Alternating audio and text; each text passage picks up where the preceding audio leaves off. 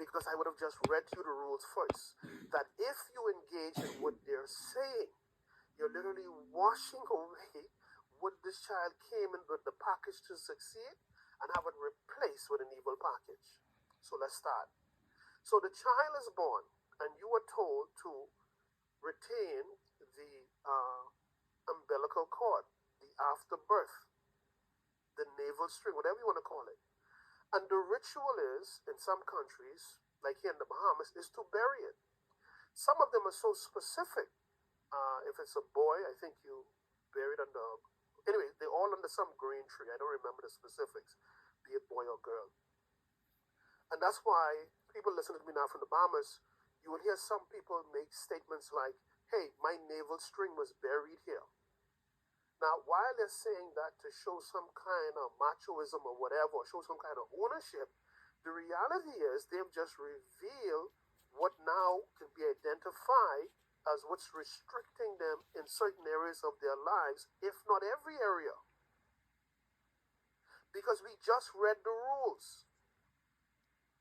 So when I buried that thing, right, from the time that was buried, that place right there became the altar. And every ritual, the mere fact that you bury it, because you're burying it, you're following a ritual.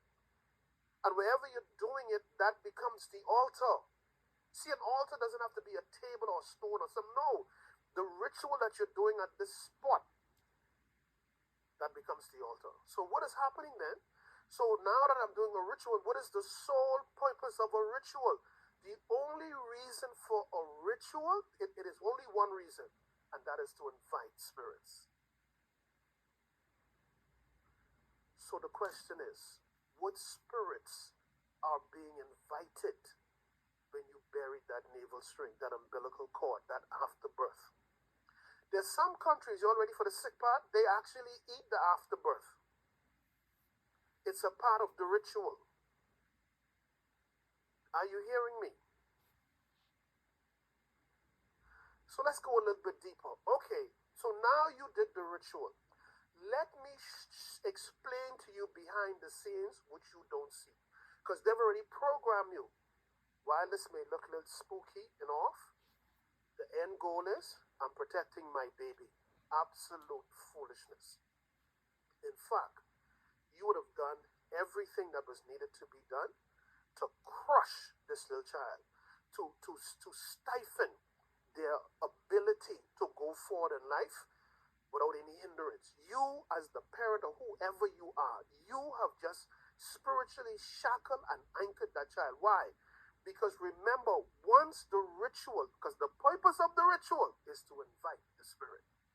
So once the spirits has been invited and the ritual was followed, whatever sacrifice was given, so that means now, because the plan of God is pushed to the side now and been replaced with this, then the spirits from that altar that was called is now controlling the destiny of this child.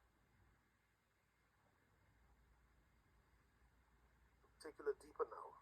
Ready for this? I told you, bring your pen, and I wasn't playing with you tonight. So how do we know? How do we know now, Mr. Ewing? Because we didn't see no spirits. So how do we know that this child is literally being spirits, whatever? Okay, let me give you some signs. So, this child is going to be very, very irate, especially at night. Then that child will wake up through wee hours in the morning with piercing screams, as if it's literally, and it is seeing something, as if it's seeing something. But the child is seeing something, it's seeing some of the spirits from that altar. As the child begin to grow, some of you could relate to what I'm saying, they now said, Mommy and Daddy, come meet my imaginary friend. You know that one? Baby, what imaginary friend you talking about? See, you don't see him, Mom? That's Tom right there. Tom said to tell you hi. But in your mind, it's the child playing games, you know, blah, blah, blah, you know, whatever. Some cases, the child is plagued with sickness. Always in the hospital, vomiting for no reason. Just problem after problem, and this is how you know it's demonic. The doctors could never diagnose it. They're baffled as to what, we don't know what to tell you. We don't understand. We can give you some painkillers or rub it down with something, but we don't know what's happening here. As the child begin to grow, as a toddler, whatever, and you begin to go to preschool, stay causing problems, stay doing things that a child shouldn't be doing.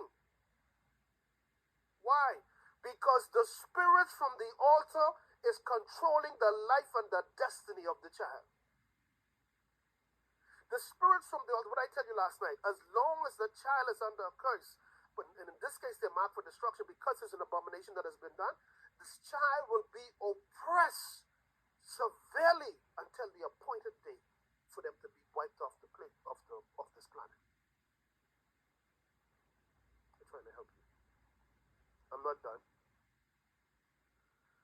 Some of them didn't have it done at birth. Some of them didn't do the umbilical cord thing. What happened, watch this now, as the child got older, the child began to get into some problems. But it wasn't because of no rituals, because no rituals has been done as yet, in this case that I'm about to tell you. So the child has a court case, the young man, he's about 15, 16. And whatever the crime is that he has done, he's looking at a minimum of 15 to 20 years. Mommy and daddy say, no way. So what do? Then they take them to a ritualist who they want to give a spiritual bath to this child. My God, oh, I stuck on somebody's toes tonight. If you've been doing spiritual bath, boy, you better listen. You better listen tonight. You better listen. You better listen. Now, there are many ways that this can be done. Some of them will take you in an open field or an open wooded area and do it. Some can do it right in a home. And in that home, they'll have candles line up. They move all of the furniture and stuff out of that space. Put candles and light it up. No lights on, just the candle light. And one of those tin metal tubs, fill up with water, and you'll find all kind of leaves and different herbs and stuff in it. And you got to come in there naked. And while they take the hand and take the water up with the leaves and pour it all over you and rub you down while they're chanting. But let me explain behind the details. What is really happening? The chanting, which is a ritual, and what they're saying, which you don't understand, they're calling forth the spirits. They're giving the, see, it's all, what I said about the umbilical cord, what I'm saying about this is the covenant. This is the agreement at the altar between the spirit and the participants of that altar. But primarily focus on the one who is getting the spiritual bath. Many people go there when they get court cases, murder cases, or trying to do. They have zero idea. They have no idea. This is a classic example of people perishing for lack of knowledge right here. They have no idea of the spiritual implication. Listen. Not only what they're bringing onto the person involved, but as a result of the spirit getting into this lineage, is now going to affect the future generation. The spirit will visit every family member who is susceptible if no one sees it, recognizes it, and break it. So spiritual baths. Yeah. Some people just have to come get it every once a year. Depending on the ritual they're doing, they have to renew it. It wasn't a one-time thing. Every year, January, February, March, on a specific date, they have to, because it's now an agreement between them and the spirits at that altar. If they do not come, all hell will break loose in their life because of the violation of the spiritual agreement.